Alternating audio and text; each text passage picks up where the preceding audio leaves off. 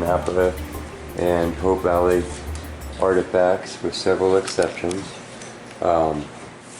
What there is in every vineyard, every orchard, everywhere in the entire country, I'm sure, that you look in dirt, you'll find arrowheads, you'll find spear tips, you'll find Native American artifacts. They were here for as little as 10,000 years, and some people speculate 80, 70, 80,000 plus. I'm not going to, knock those theories away. So plenty of time, even in the short range estimate, to lose plenty of tools.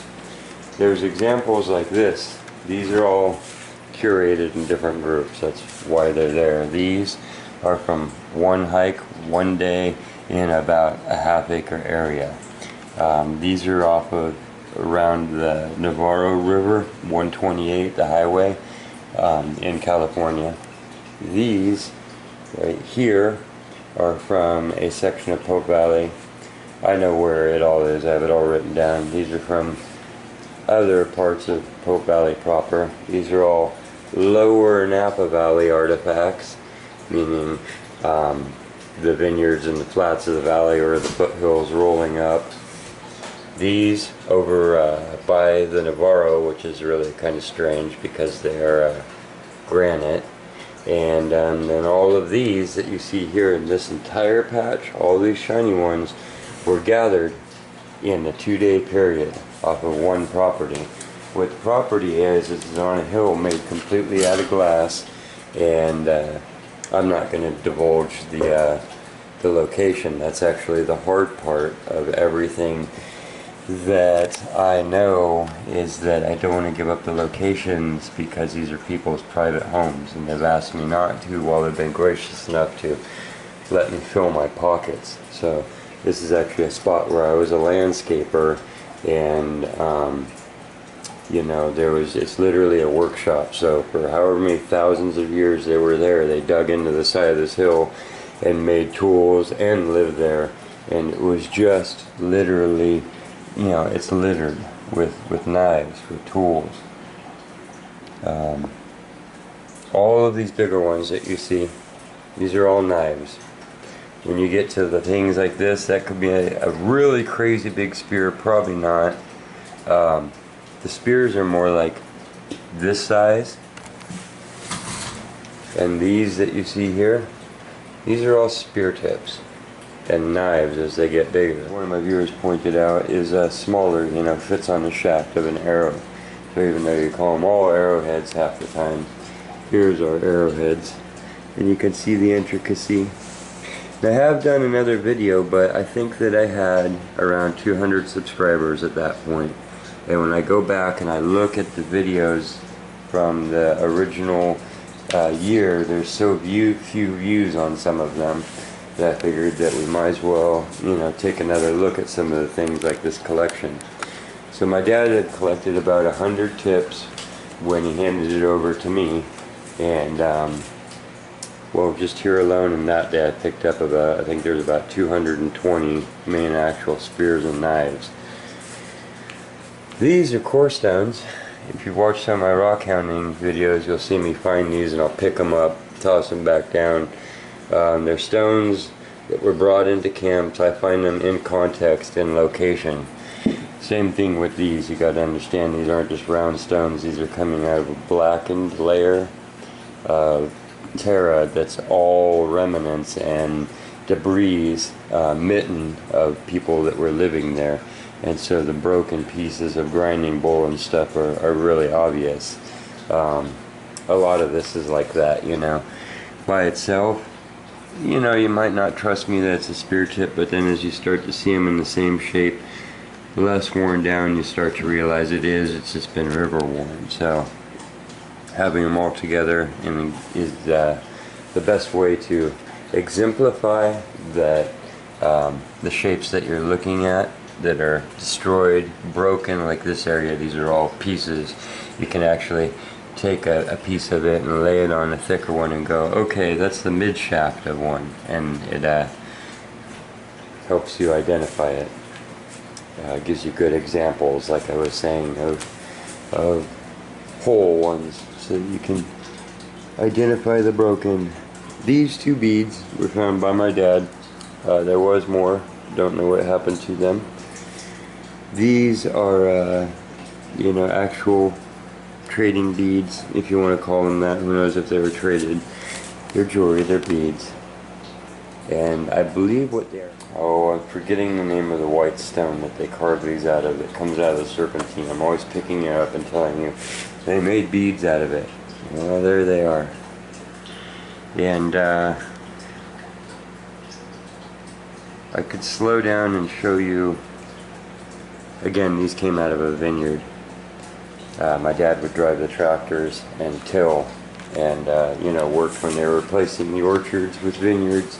And so one of the first people on the tractor going through some of the areas, so you'd jump off and grab them as you spotted them, was the story.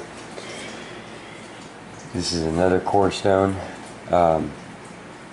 So here's a fleck like that, and that's actually been made into a scraper. But they would, when you see them in Hollywood movies knocking at the stone, that's the only point when you're really knocking hard, is when you're trying to actually knock the flakes off. And you could even do that in the fire by heating them up and using water and dripping them on there. It's a technique that I have heard of. But they would knock the flakes off so that they were the random shapes that would come off. They would pick the best pieces and start working that into a tip. And literally, because they like the stone, they would keep it and knock another one off, and another one off, and another one off. And half these, when they came off, weren't desirable. They were just some ugly little flake. Those are what I'm showing you when I'm showing you the tailings piles. Okay, so you can think this many tips. Okay, this was on about a, I'm not joking, this is a backyard basically that goes up onto a hillside. And yeah, you can assume that the entire mountain, it's a little foothill, but the entire thing probably looks like that. There's probably that many relics, artifacts, you know, laying all over that hillside per half acre. But for that many to be laying there, they were laying in tailings piles that were feet deep, like I've showed you, of all the pieces that came off that weren't desirable. And this is the core stone that's left, and they kind of get this look. You see that? You can tell that it's almost an arrowhead in its own, in the fact that it's been napped on every surface. And this one got down to where they're exposing this inner pocket of druzy. So it's just especially beautiful specimen, and some of the tips that they were making would have had a lot of color to them. And that's actually from around Berryessa area, and this is from the Glass Mountain area, and you can see it's what's left of a much larger stone that's been knocked down and knocked down and knocked down to try and get tips off of to start working. These are my colorful collection. These come from Navarro, so they would have come from more colorful stones. They always worked with the sharpest, easiest to work with stones in their area, and became masters of that. So you can see that just going 100 miles away from where there was mountains of glass. Remember, this is all from the Napa Valley, because they have mountains of glass here. Every field is covered in volcanic glass.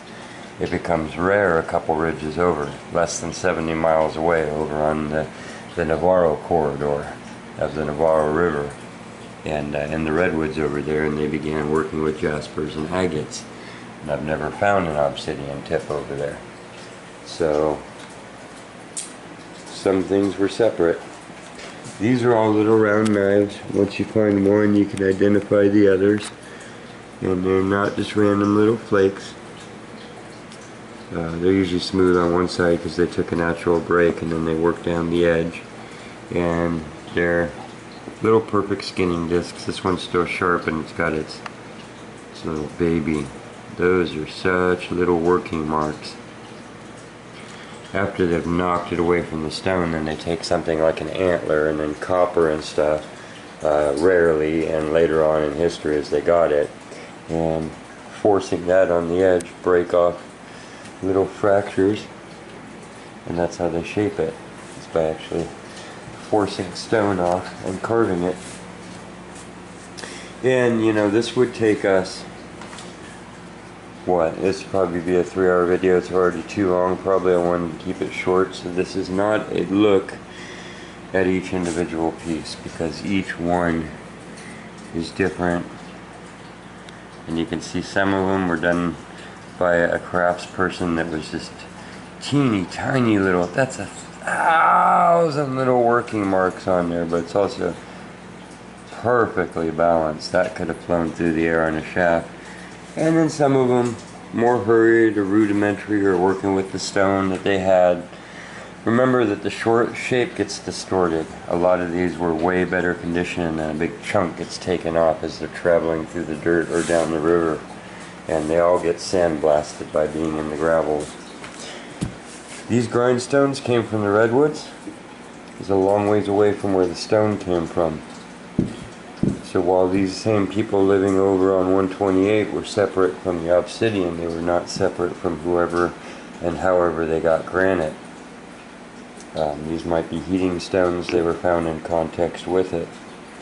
The only stones that it's a very clay, redwood needle, very few rocks. They're jaspers, not a lot of good grinders. So where I found these, it made sense that you would bring in material from other places to make good grinders. I know I'm going to forget a lot of things. The other video, it's one of the first Quest for Treasure videos. I'm jumping all over here. These are found separately but at the same site. I don't just go gather rocks that look like this from the river. Whenever you see these stones, I could find you 1,000 more perfect looking grindstones that I found in the river that weren't made by Native Americans. This one I could almost guarantee you was, just by, well, not made by, but affected and shaped that shape by its context, by where I found it, the actual black terra layer that all these came from. So that's one of the reasons for keeping things in context. This is a really cool one. This is an example of them using what they had, and I think this is like a huge digger or something. So this is quartz, and I know that it's been worked. It's really hard to see on camera probably, but quartz doesn't turn itself into a Native American tool very well. It doesn't randomly happen like that. You know quartz in all the different ways. And this is big, but as I held it in my hand, I knew what it was, and I was like, okay, so possibly hand axe level at this point. Purpose. Each tool, walk out to your tool shed, same thing, they had to use all stone. So this was one of the tools, I'm sure, from the tool shed, and it's a large copy of a lot of these smaller knives that you'll see. It has the exact shape, so that's one of the ways that I recognize things. Here's one next to it. This is actually like a brown chert, and it feels so good in your hand, but it has that same shape, and you can start to find it all over. They keep remaking the shape and remaking the shape, just like they remake all the basic shapes. So each craftsperson adds their own twist to it, their own skill level, just like today, but there's the basic forms, and you can see that. So all these get put back in their little drawers where I have them kept. They have little paper tags that say just the basics, just the the area where you found them. I don't have GPS markers on each of these, not at that level, but they're also not lost to context forever and ever and ever. They could at least be placed with their people or the association of their local geology. However that went. And there are so many different things when I'm laying them out that I see that I always want to show you. And then just each one. Look at this knife. See the two big dishes taken out? That's some purpose. That's like a larger serration. See the two big smooth edges? And then the back edge is all finer workings. That's a nice little pocket knife. It feels a lot like a pocket knife would today. That would slide down into your stuff, and you'd carry it with you. And just like we have different blades, there's your different blades on it. And you can see some of them where they leave the rough areas on purpose. So you'll have a whole edge that's worked down all carefully, and then the back edge left with its natural rind on there, so that it's like a handle, you know. You see the whole other side's been worked.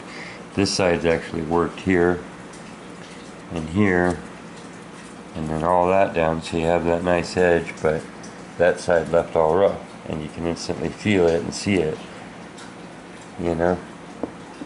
All of them. Look at, I was noticing some of these really had the shape of our knives, you know, like we do now. I mean, that's very, you turn that metal and you're talking, what, you know, Tennessee toothpick almost type of thing. So look at that one. It's pretty Flameberg, you know. But again, your big smooth surface, and then your little serrated edges. So we could go over and over and over. Big old hand. Look at that knife. Oh, look at that knife. Mondo. Where was that? So many. All these individual shapes. And no telling if that got that far and that big piece broke out and it was a toss down, or if that was a knife. You know, it's a large spear if nothing else. So any of these that are large, you're talking some big game. And medicine bowl. That's one of my favorite finds of all time. I call it a medicine bowl because it's not great for food preparation, in the sense of it's pretty darn small. But I call it a medicine bowl because it seems very personal. And yes, I use it for things every once in a while because I was told to use them for things to keep the knowledge fresh and alive and current, and out of the museum and in day-to-day life. That was my instructions. So while I'm not going to strap any of these onto an arrow and go shoot an animal with it, I'll probably make my own if I wanted to, just because these seem rare to me and precious. I will mix up some medicine every once in a while and let the bull know that somebody's still out here using it and loving it, and that's good medicine. That is good medicine. So thank you for joining me and taking a look at this.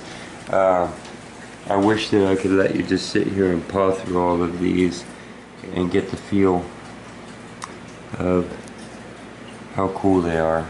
Each piece, as you're looking at it, you get the appreciation for each delicate. Some of them really are little Hollywood arrows, you know. Almost forgot that. That was found in context in a vineyard with the rest of this stuff. It's a 3-ring mini ball, and no telling if it was a Union soldier, if it was a Federal soldier, a hunter, or a native that had gleaned the weapon somehow in trading or some way. But the fact that this is, you know, a 3-ring Union round, that was probably a Federal soldier out here. And so this has its own little dark twist on the story of all the rest of this. If I can assert that.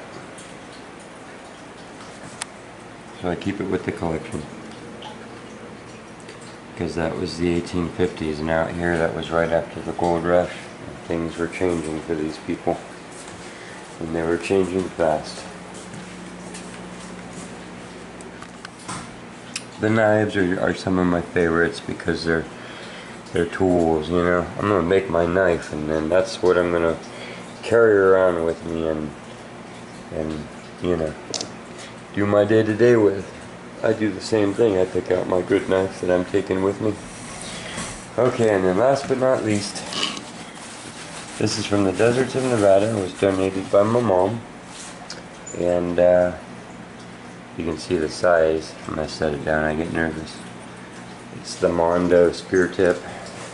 And probably one of the most perfect tips around, and you've seen this in another video, but I wanted to make sure you've seen it because I think I have over 550 videos right now.